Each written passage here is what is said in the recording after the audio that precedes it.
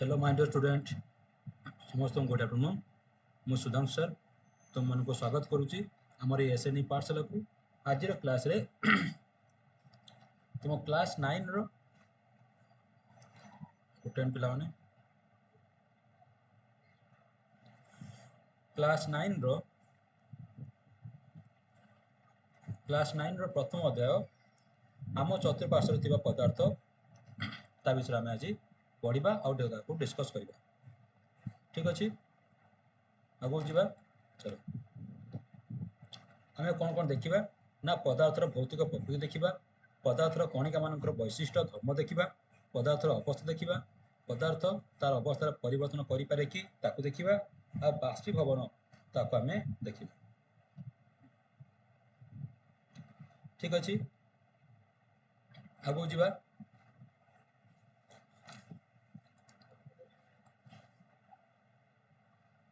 देख कहला विभिन्न प्रकार वस्तु भिन्न भिन्न आकार आकृति रूप विन्यास थिबा तो देखा पाइब जमी देख तुम्हें मोबाइल देख मोबाइल आकार गोटे अलग लैपटॉप देख लैपटॉप आकार अलग हाँ कि नहीं टीवी देख टीवी आकार अलग तेणु विभिन्न वस्तु पानी बोतल आकार अलग बाल्टीर आकार अलग तेणु विभिन्न प्रकार वस्तु भिन्न भिन्न आकार आकृति और रूप विन्यास देखा पाइब यह विश्व में थिबा समस्त वस्तु जो द्रव्य को नहीं गढ़ा ताको वैज्ञानिक माने पदार्थ भाव नामकरण कर तेणु प्रत्येक पूरा विश्व में आम देखु जहाँ भी किसी देखुचे प्रत्येक वस्तु जहाँ को नहीं जो सृष्टि होता है जो द्रव्य को नहीं गढ़ा जो सृष्टि होता कौन कहवा पदार्थ बोली कहवा जमी कहते लुहार गेट कौन लुहार तैयारी मैं लैपटॉप कहबी लैपटॉप कौन प्लास्टिक लगुच फाइबर लगुच विभिन्न जंत्रपाति लगुच तेणु प्रत्येक पदार्थ जो तैयारी आम कौन कहवा पदार्थ बोली कहवा आम प्रश्वास नेउथिबा वायु खाउथिबा खाद्य पथर मेघ तारा उद्भिद और पशुपक्षी आदि समस्ते गोटे गोटे कौन गोटे गोटे पदार्थ गोटे जलबिंदु किंबा बालीर एक क्षुद्र कणिका मध्य देख गोटे जलबिंदु हो कि बालीर गोटे क्षुद्र कणिका एमाने मध्य गोटे कौन पदार्थ ठीक अच्छे पदार्थ बुझीगला गोटे जलबिंदु जलबिंदु कौन H2O कौचे जलबिंदु किंबा बालीर गोटे क्षुद्र कणिका किंबा माटीर गोटे क्षुद्र कणिका प्रत्येक गोटे गोटे कौन पदार्थ प्रत्येक जिनिस अटे अथवा आम चारिपाखरे थिबा समस्त वस्तु किछि स्थान अधिकार करिताए प्रत्येक पदार्थ उभय वस्तुत्व आयतन अच्छी जो सब पदार्थ तुम देखुच है कि प्रत्येक पदार्थर वस्तुत्व आ तार आयतन अच्छी प्रत्येक पदार्थर से भाया प्राचीन भारतीय दार्शनिक मानक दार्शनिक मानक मतरे समस्त वस्तु 5 गोटी मौलिक को नहीं गठित जहाँ आम पंचतत्व बोली कही था कौन से गुड़ा ना माटी जल वायु अग्नि आकाश ये 5 तत्व को नहीं गठित आम देखिए आम जो पदार्थ सब जहाँ देखुचे आम पदार्थ सब जहाँ देखुचे से पदार्थ कौन अच्छी वस्तु तो आयतन रहा कि प्राचीन दार्शनिक मान से कहले जे प्रत्येक वस्तु 5टी मौलिक को नहीं गठित गोटे माटी जल वायु अग्नि आउे आकाश से मत अनुसार वस्तु सजीव बा कौन निर्जीव ये 5टी मौलिक को नहीं गठित से वस्तु सजीव हो जार जीवन अच्छे सजीव कहवा जार जीवन ना ताको निर्जीव कहवा बा सी निर्जीव हो ताको आम कौन कहवा से 5टी मौलिक को नहीं गठित बोली से कहते एबे देखिए पदार्थर भौतिक प्रकृति कौन कहला सी ना पदार्थ कणिका को नहीं गठित पदार्थ क्या नहीं गठित कणिका को नहीं गठित कहला केतक मतरे पदार्थ गुड़िक अविच्छिन्न यथा काठ काच कागज इत्यादि है अन्य मतरे पदार्थ गुड़िक कणिका को नहीं गठित जेपरिक बाली बाली जमी छोट छोट कणिका को नहीं गठित बाली असंख्य बाली मिसिले टिके छोट छोट दाना थी दाना को लेकिन बाली गठित माटी सेमती छोट छोट माटी को लेकिन छोट छोट कणिका को लेकिन कौच माटी है देख कौन करवा से कहला एक 100 मिली विकर्ण्य आम एमती विकर्ण बा परीक्षागार एमती विकर अच्छी ବିକର ଅଧା କ'ଣ କରିବା ଜଳ ଏମିତି ଭର୍ତ୍ତି କରିଦେବା ହେଲା। ଜଳ ଭର୍ତ୍ତି କରିଦେଲା ପରେ ଏଇଟା ଆମେ କ'ଣ କରିବା ଚିହ୍ନ ଦେଇଦେବା, ଏଇ ସାଇଡ଼୍ରେ ଆମେ ଚିହ୍ନ ଦେଇଦେବା। ତାପରେ ଚିନି ସେଥିରେ ଲୁଣ କିମ୍ବା ଚିନି ନେଇ ବିକରରେ ଥିବା ଜଳରେ ପକାଇବା, ଏଇ ଜଳରେ ପୁରେଇବା। ଦେଖିବା ଆମର ସେଇ ଯେଉଁ ଦାଗ ଥିବ ସେଇ ଦାଗରେ ହିଁ ଆମର କ'ଣ ଜଳ ରହିବ, ଜଳସ୍ତର ଜମା ଉପରକୁ ଉଠିବ ନାହିଁ। ତା ଚିନି ମିଶିଲା ପରେ ଜଳସ୍ତର କିଛି ପରିବର୍ତ୍ତନ ହେଉଛି କି? ଜଳସ୍ତର କିଛି ପରିବର୍ତ୍ତନ ହେବନି। ବର୍ତ୍ତମାନ ଚାମଚରେ ଯେଉଁ ଚିନିର ଲୁଣ ଥିଲା ତାହା ଜଳ ଚାରିଆଡ଼େ ବ୍ୟାପି ଯାଇଛି। ମାନେ ଏଇ ଯେଉଁ ଚାମଚରେ ଆମେ ଯେଉଁ ଜଳ ଯେଉଁ ଚିନି ପୁରେଇଥିବା ୟା ଦେହରେ ସେ ଚିନି କ'ଣ ଜଳର ଚାରିଆଡ଼େ କ'ଣ ହେଲା ଖେଳିଗଲା। ଯେମିତି ଗୋଟେ ଗ୍ଲାସ୍ ପାଣିରେ ଆମେ ଲେମ୍ବୁ ସରବତ କରୁଛେ, ଲେମ୍ବୁ ରସ ମିଶାଇଲେ, ଲୁଣ ଟିକେ ପକାଇଲେ, ଚିନି ମିଶାଇଲେ, ତ ଏତେ ସବୁ ମିଶିଲା ପରେ କ'ଣ ଏଇ ଯେଉଁ ଜଳଟା ଗ୍ଲାସ୍ରୁ ଜଳ ଥିଲା ଭର୍ତ୍ତି ହେଇକି ସେଟା କ'ଣ ବାହାରୁ ବାହାରିଗଲା କି? ସେଟା ବାହାରକୁ ବାହାରିଗଲା ନାହିଁ। ସେ ଗଲା କୁଆଡ଼େ ନା ଜଳ କଣିକା ମଧ୍ୟରେ କିଛି ଫାଙ୍କା ସ୍ଥାନ ଥାଏ, ଏମିତି କିଛି ଫାଙ୍କା ସ୍ଥାନ ସେଇଥାଏ। ସେଇ ଫାଙ୍କା ସ୍ଥାନ ମଧ୍ୟରେ ଯାଇକି ସେ ଯେଉଁ ଆମର ଲୁଣ ହଉ ଚିନି ହଉ ସେ ଫାଙ୍କା ସ୍ଥାନ ମଧ୍ୟରେ ଯାଇ କ'ଣ ହେଲେ ରହିଗଲେ, ଯାହାଫଳରେ ପାଣି ସ୍ତର ବଢ଼ିଲା ନାହିଁ। ଯାହାଫଳରେ କ'ଣ ହେଲା ପାଣି ସ୍ତର ବଢ଼ିଲା ନାହିଁ।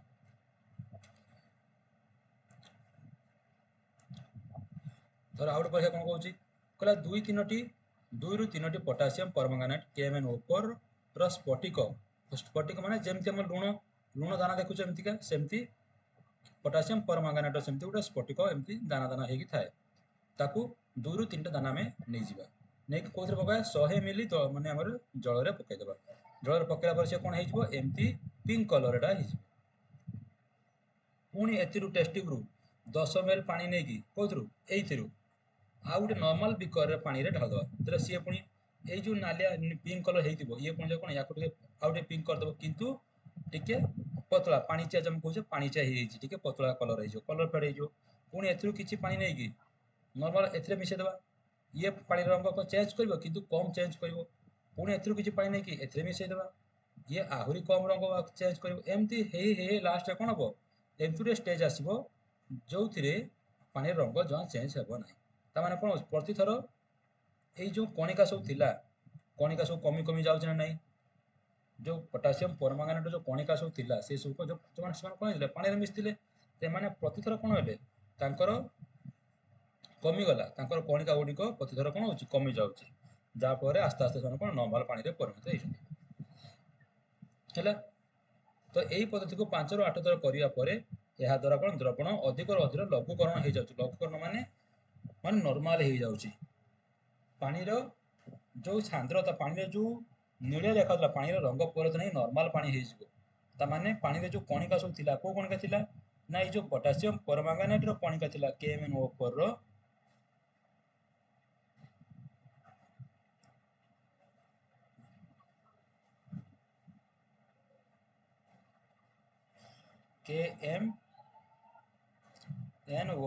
ଯେଉଁ କଣିକା ସବୁ ଥିଲା ଆସ୍ତେ ଆସ୍ତେ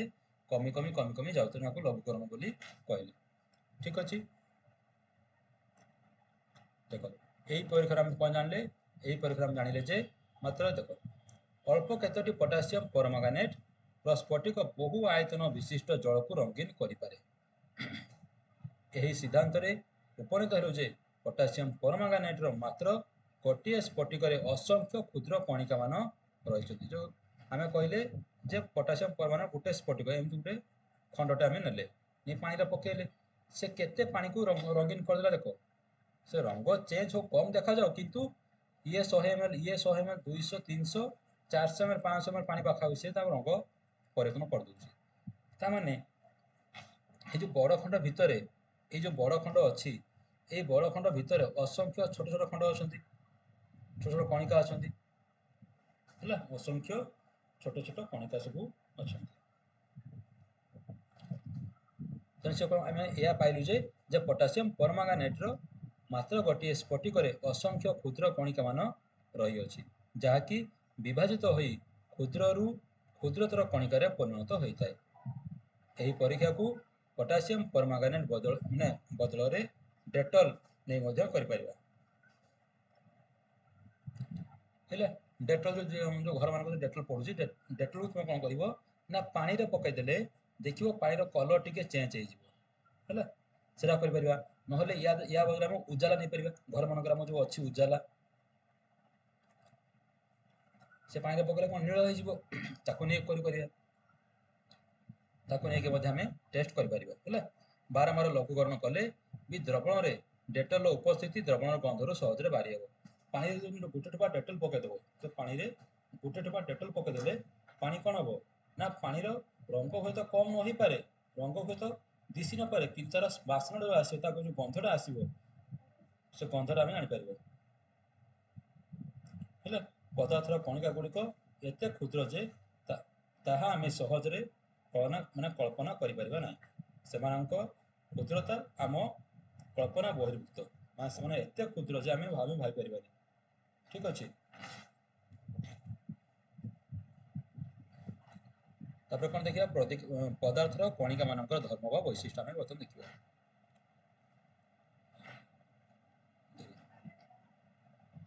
चाहा कॉफी किंबा लेंबू पानी तैयारी करू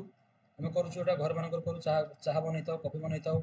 लेंबू सरबत गुड़ा ताकू तैयारी करू गोटे प्रकार पदार्थर कणिका गुड़िक अन्य पदार्थर कणिका मध्य थिबा फांका स्थान मध्य रही जाती हमें चाहा पकाउछे चाहा पत्ती पकैले तार रस बाहरला ताको कोसे पकैले पानी रे पकैले चाहा पत्ती चीनी पकाउछे तादर क्षीर पकाउछे केते कोन पकाउछे तेणु यह दर्शाଉଛି जे पदार्थर कणिका मानक मध्य अनेक कौन अच्छी फांका स्थान रही है कौन देखिए प्रथम पॉइंट कौन कहला प्रथम पढ़िला हूँ पदार्थर कणिका मानक मध्य फांका स्थान अच्छी तार एग्जांपल कौन तुम्हें सरबत भाव नॉर्मल तुम घर मानक सरबत घरे गल ग्लास पानी नेल लेंबू रस पकईल लुण पकईल चीनी पकईल ये सब गला कुआड़े ना पानी मिशीगला कि नहीं पानी मिसला केमिति फांका स्थान थिला बोली पानी रे मिसिबो लोके भी मिसिबो मते को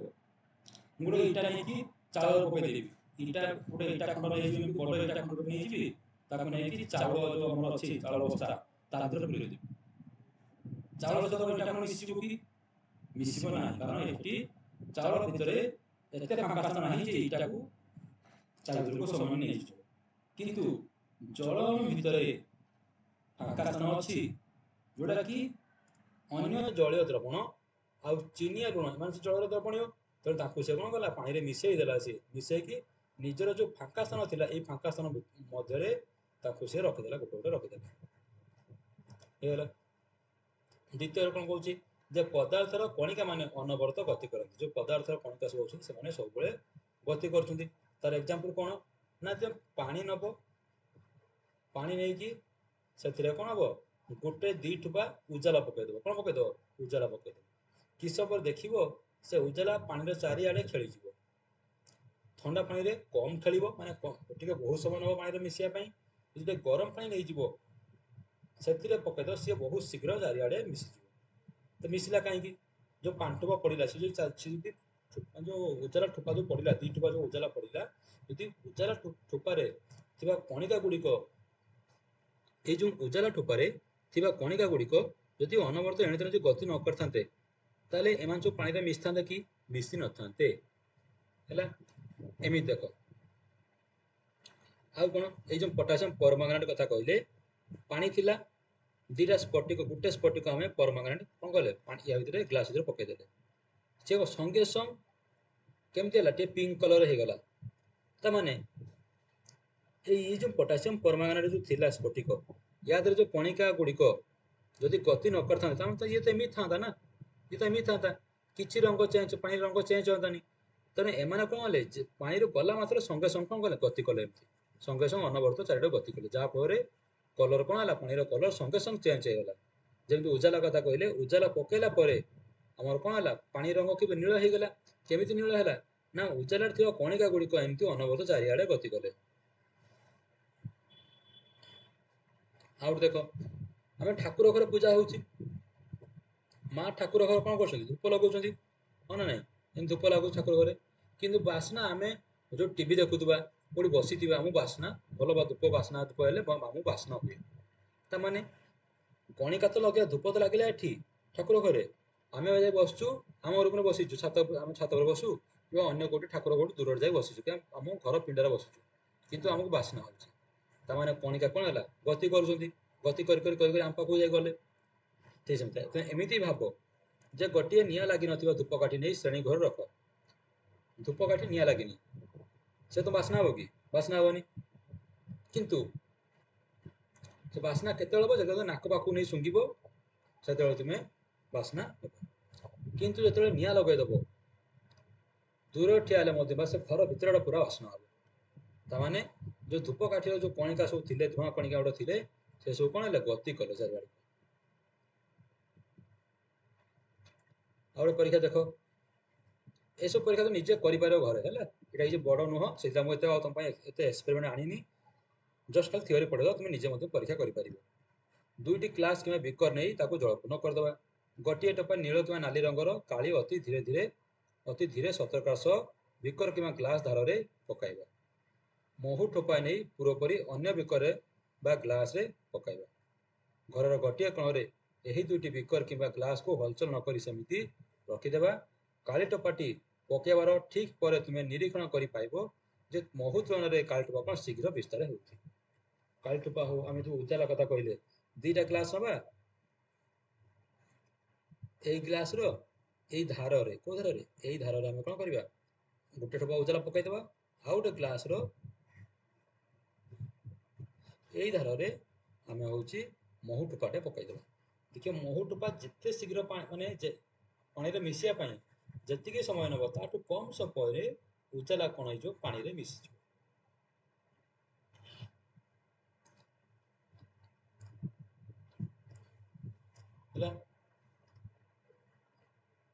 तमें एथर जाने कौन जे किए जो कणिका गुड़िक अच्छा से अनवर्त गति किए स्पीड रे गति करुच्ची किए धीरे गति करुच्ची है कि तो दुईटी ग्लास एवं आउट परीक्षा देख दुईटी ग्लास नहीं गोटिक गरम जल अन्यटी ठंडा जल भर्ती करवा कपर सल्फेट कि पोटासियम पारमांगनेट गोटे लेखाएं स्फटिक उभय ग्लास रे पकाइबा ग्लास को हलाइबा नहीं तुम्हें एटा परीक्षा करने बदल में तुम्हें यहीटा को दीटा ग्लास नब घर तुम परीक्षा हो इजी गोटे थे गरम पानी आउट हूँ ठंडा पानी एका साथी एथिरे उजाला पकेब गोटे टोपा एथिरे उजाला पकेब गोटे टोपा एका साथी देखिए ये शीघ्र पानी कौन नील हो क्या तुलन या तुलन मैंने ठंडा पानी रे उजाला पूरा संपूर्ण मिसाई जी समय नब ताठू कम समय गरम पानी रे मिसीगला ताने ताप पाइबा द्वारा गरम पानी ताप गरम ताप पाइबा द्वारा कणिका गुड़िक आहरी जोर रे द्रुत गति गति कर तेणु आम यही सिद्धांत उपनीत हेलु जे पदार्थर कणिका गुड़िक अविरत गति करथांती तेणु सेमानंकर गतिज शक्ति थाए जानिला थर जो पदार्थ सब अच्छी पदार्थर आमर कौन अच्छी गतिज शक्ति सब अच्छी तापमात्रा वृद्धि हेले कणिका गुड़िकर गति द्रुततर होता है कणिका गुड़िकर गति कौन हुए गति वृद्धि हुए गति वृद्धि हुए ठीक अच्छे जिते ताप बढ़ कणिका मानकर गति से जोर हम जमी एमती भाव एटा कड़े अच्छे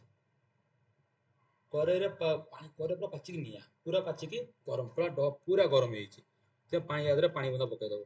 पानी बुंदा पकईले कौन हम ये चढ़चड़ चढ़चड़ साउंड शुभ है पानी डेईरे वाला पानी सब कणिका गुटे सब डेईबे सब तुमको गरम पानी रे गरम कर छाड़ दिया तुम कौन कर मत ठंडा लगुच संभव कि तुम गरम गरम लगुच मत गरम गरम गरम गरम लगुच डे डुआ कि कड़े कड़े धाइब तुमको ताप दिगला ताप पाया कौन तुम धीरे धीरे जीव भितर ना तुम्हें मानने के शीघ्र कड़े डे मार तार सीमा मैंने कल्पना कर हाँ कि नहीं बुझीपार कि देखिए खाली पात्र बाली मैंने गरम दिनिया बाली पूरा ताती खाली पात्र चलो देखिए तुम बहुत स्पीड रे बाली चलिए जीव कारण बाली तातिक अच्छी तुम गोड़ कष्ट लगुच जोर धाइब तमें ताती पाइला तुम वृद्धि घटला तुम कौन है तुम बेगर वृद्धि घटला है ये कौन फल ताप प्रयोग जो कणिका गुड़िकर गतिज शक्तिर परिमाण कौन हो वृद्धि पाँच देख ये जो तीन परीक्षा कले यही तीन परीक्षा यही तीनो परीक्षा जानिले जे पदार्थर कणिका गुड़िक आपे आपे परस्पर सह मिसी रही था यही मिसिया बेले कणिका कणिका मध्य फांका स्थान मध्य अन्य कणिका माने अवस्थापित हो जाती जाने कौन जे कणिका गुड़िक आपे आपे निज माने निज सह कौन मिसिक आपे आपे से मिसीजे आपे आपे मिसीजे जमी पानी थिला पानी भितर आम उजाला पकेले पानी भितर कौन कले उजाला गोटे ड्रप पकेले गोटे ड्रप पकेला पर देखिले ये तो आपे आपे मिसीगला आम तो मिसिया पड़ानी आपे आपे से मिसीगले कहीं मिसीगले ना कणिका पानी भितर जो फांका स्थान थिला ये जो फांका स्थान थिला ये फांका स्थान भितर उजाला जाए कौन पशिगला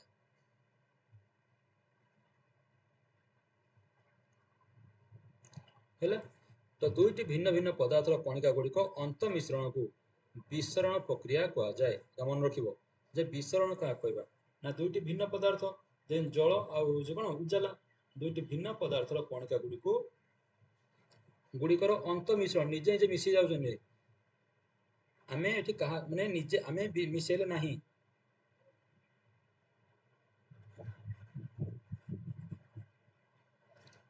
देख ये कौन है ये जो हम कथा कहले निजे मिसेले मिसब माने आम मिसेले मिसीज कि आम चाहूँ कौन आम निजे मिसेबानी आम मिसेबानी सी तो निजे निजे मिसबे ग्लास कौन कले गोटे टोपा उजाला पकई छाड़दबा कि समय पर सी निजे मिसीज आम ग्लास देखी माँ मैंने राति मिश्री पकाती ग्लास से मिश्री संगे संगे गुड़ी दिखती ना से राति पानी मिश्री पकई छाड़दे सकाल से तुम पीवा देवे देखिए राति जाक रहा से मिश्रीटा आपे आपे सी कौन हो मेल्ट हो पानी मिसी तेणु दुईट भिन्न भिन्न पदार्थर कणिका गुड़िक अंत मिश्रण को आम कौन कहे विसरण प्रक्रिया कहे विसरण है आउ ताप प्रयोग द्वारा आम जान कौन अधिक गरम कले जल्दी मिसब तेणु ताप प्रयोग द्वारा विसरण प्रक्रिया कौन हुए द्रुततर होता है आउ गोटे पॉइंट कौन अच्छी ना आउ गोटे पॉइंट है पदार्थर कणिका गुड़िक परस्पर को आकर्षण करती पदार्थर कणिका गुड़िक परस्पर कौन करेंगे आकर्षण करेंगे जदि आकर्षण न करेंगे ताने पदार्थर जो जो आकार बा आकृति सब अच्छी है ताले से रे ना जो जल जदि मैंने आकर्षण न था जल जल हो न था कठिन पदार्थ कठिन हो न था सब गैस हो बोलता सब गैस हो कारण गैसीय कणिकार कणिका मणिका मध्य अति कम आकर्षण जहाँ नगण्य बोली ना कहले चले किंतु आकर्षण अच्छी किंतु एत कम जे ना धरी नौचे ठीक सेमतिका जदि पदार्थर कणिका परस्पर आकर्षण न करेंगे ताले से सब आकाश सब उड़ी बुले सब आड़े गैस भाया चार सब उड़ी बुले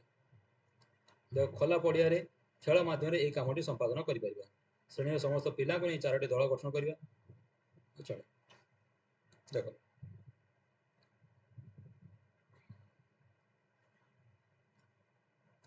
एटी कौन कही देख तुम्हें तुम सांग होमती अच्छ जब तुम एमती सांग छिड़ा परस्पर कौन टाणी धरती मुझे तुम टाणी एपटू तो मुझे तुमको टाणी नहीं जी कि एकुटिया टाणी नहीं जी कि नहीं पारि ना कारण एम पांच जन अच्छा पांच जन मुझे एकुटिया टाणी एम परस्पर कौन धरा धरिक अच्छा मुझे टाणिले टाणिकी नहीं पारि ना कारण आंक बल अधिक आंक भितर एकता माने एकजुट होती माने परस्पर सह बांधी रही कमती माने पूरा धरा धरी अच्छा किंतु आ गोटे जगह देख एठू गोटे मनीष अच्छी मु तार हाथ को ये आंगुली को धरी टाणी कौट धरी टाणी आंगुली को धरी टाणी तुम सहज मैंने ये कौन हो आंगुल धरी टाणी कौन सी अलग हो मनकर ये देख ये जो पांच जन सब अच्छा यही पांच जन भितर एम समस्त कौन पूरा धरा धरी भल पूरा धरती धरिक अच्छा कितु आंक भितर दीज आंक भितर दीज माने आंगुली की आंगुली धरा धरिकी थे केमी थे आंगुली की आंगुली धरा धरिकी थे तो मुझे टाणी माने ये सहज कौन हो अलग देख द्वितीय दल में पिला माने परस्पर हाथ धरी एक मानव श्रृंखल गठन करेंगे एटी से माने अलग करने टिके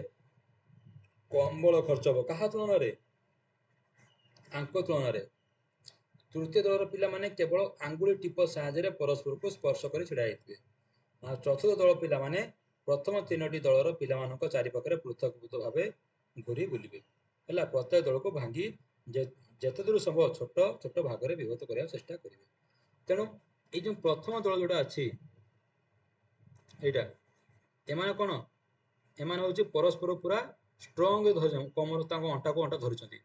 हाथ को हाथ छंदी धरिकी अच्छा तेणु आंकु भांगा कष्टकर क्या तुलन ये जो मैंने ଯେମିତି ମାନେ ଗାଡ଼ି ଚେନ୍ କରୁଛ, ପିଲାମାନେ ଯୋଉ ଚେନ୍ କରନ୍ତି, କାନ୍ଧରେ କାନ୍ଧ ହାତ ପକେଇ ଯୋଉ ଛିଡ଼ା ହଉଛ ପଛରେ ପ୍ରେୟାର କ୍ଲାସରେ, ମାନେ ହଉଛି ଆମର ସାମନେ ସଜ ପୋଜିସନରେ ଏମିତି ଛିଡ଼ା ହେଇଛ, ତାପରେ ଏମିତି ସାମନେ ସଜ ପୋଜିସନ ଛିଡ଼ା ହଉଛ, ତ ତୁମେ ଏମିତି ଛିଡ଼ା ହେଇଛି, ସବୁ ପିଲା ଏମିତି ଛିଡ଼ା ହେଇଥିବ। ମୁଁ ଯିବି ଆରାମସେ ତମ ହାତ ଉଠାଇ ଦେଇକି ଭାଙ୍ଗିକି ତମ ପଳେଇବି, ତମ ଗ୍ରୁପ ମାନେ ଭାଙ୍ଗିଯିବ। ସେଇ ଜାଗାରେ ଯେତେବେଳେ ପିଲାମାନେ ଆଙ୍ଗୁଳି କି ଆଙ୍ଗୁଳି, ମାନେ ତୁମେ ଅନ୍ୟ ଜଣଙ୍କର ଆଙ୍ଗୁଳି ଧରିଥିବ, ସିଏ ଅନ୍ୟ ଜଣଙ୍କର ଆଙ୍ଗୁଳି ଧରିଥିବ, ଆଙ୍ଗୁଳିକୁ ଆଙ୍ଗୁଳି ଧରିକି ରହିଲେ ତ ଆହୁରି ସହଜରେ ଭାଙ୍ଗି ହବ। ତାହେଲେ ମତେ ଭାଙ୍ଗିବାକୁ କଷ୍ଟ ହେଲା କୋଉଠି? ଏଇଠି ଯେତେ ଯୋଉମାନେ ପାଖରେ ରହିଲେ ତାଙ୍କ ଯେତେ ଆକର୍ଷଣ ବଳ, ଯେତେ ତାଙ୍କର ଧରିବା ଶକ୍ତିଟା, ଯେତେ ସେମାନେ ଉଭୟଙ୍କୁ ଧରିକି ରଖିଲେ, ଷ୍ଟ୍ରଙ୍ଗଲି ଧରିକି ରଖିଲେ। ଏଠି ଧରିବା ମାନେ ହଉଛି ଆକର୍ଷଣ, ଧରିବା ମାନେ କଣ? ଆକର୍ଷଣ। ଏମାନେ ଯେତେ 5 ଜଣ ଯାକ ଯେତେ ନିଜକୁ ଧରିକି ଷ୍ଟ୍ରଙ୍ଗ ଧରି ରଖିଲେ,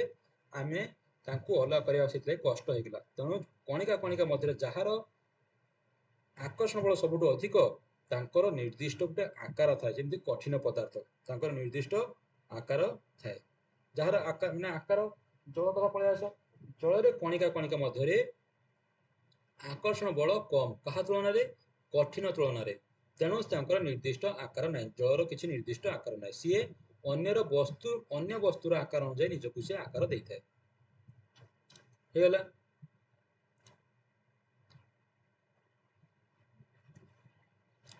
ଦେଖ, ଗୋଟିଏ ପାଣି ଟ୍ୟାପକୁ ଖୋଲିବା, ସେଥିରୁ ନିର୍ଗତ ଜଳଧାରକୁ ନିଜ ଆଙ୍ଗୁଳି ସାହାଯ୍ୟରେ କାଟି